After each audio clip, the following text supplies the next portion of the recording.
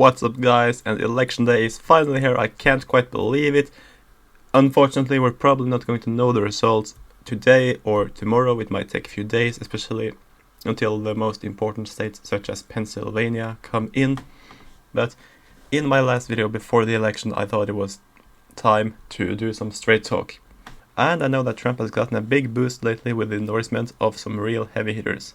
I'm talking about Lil Wayne, Ice Cube, Lil Pump, 50 Cent, and of course Kanye West, which you all know and love. But now it is the election, and the importance of this cannot be underestimated. The election might be between Donald Trump and Joe Biden, but the problem is, if Joe Biden wins, he is not the guy who's going to take the decisions. The problem is not Joe Biden himself, it is the party he is now leading.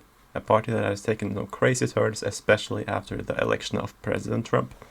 They have tried to impeach him for 4 years, and they have tried and they have failed. When the Mueller investigation wrapped up and it turned out to be nothing, they decided to look after something new. Another thing to impeach him for. It is completely unprecedented that the Congress, led by the minority party, is looking for something to impeach the president for. A crime should appear, they should not be looking for it until a scandal emerges. But that is what they have been doing, and that is not the role of Congress. If Joe Biden wins this election, they would have been right. If Joe Biden wins this election, then the people who tried for all these years to impeach Trump, to smear him in the media, and to undermine the results of the last election, they will win. We cannot let them win. We cannot send the world the message that what they have done during the last 4 years actually works.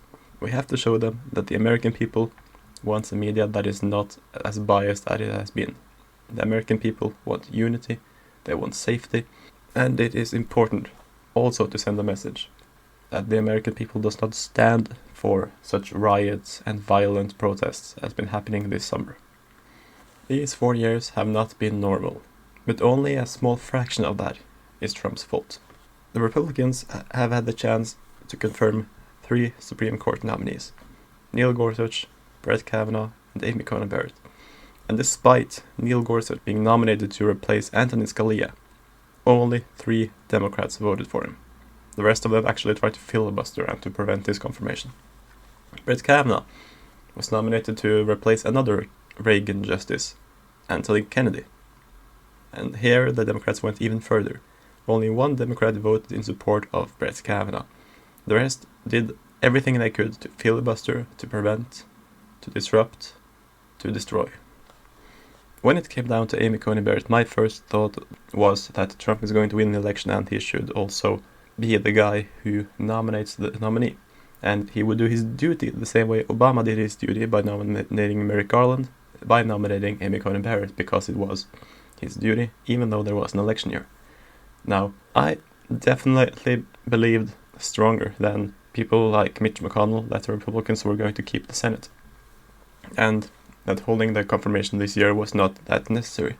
But the more I learned about the nominee, I came to the conclusion that I really supported holding the vote and holding the hearing and confirming her this year before the election. She is a very impressive individual that everyone should be proud of. But my view is that whoever wins, Biden or Trump, maybe the most important thing is that the Senate stays in Republican hands. We cannot stand by and let the Democrat court pack initiate the Green New Deal, expand the number of justices or states.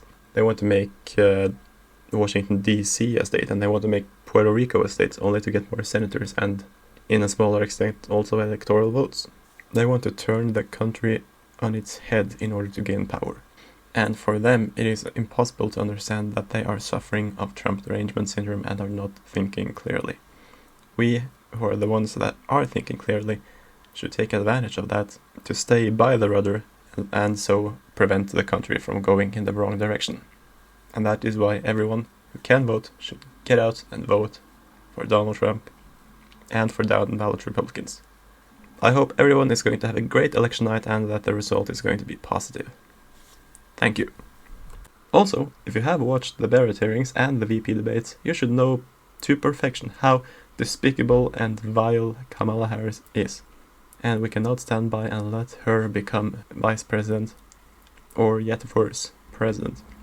We cannot stand by and let this terrible human being come into any higher position of power.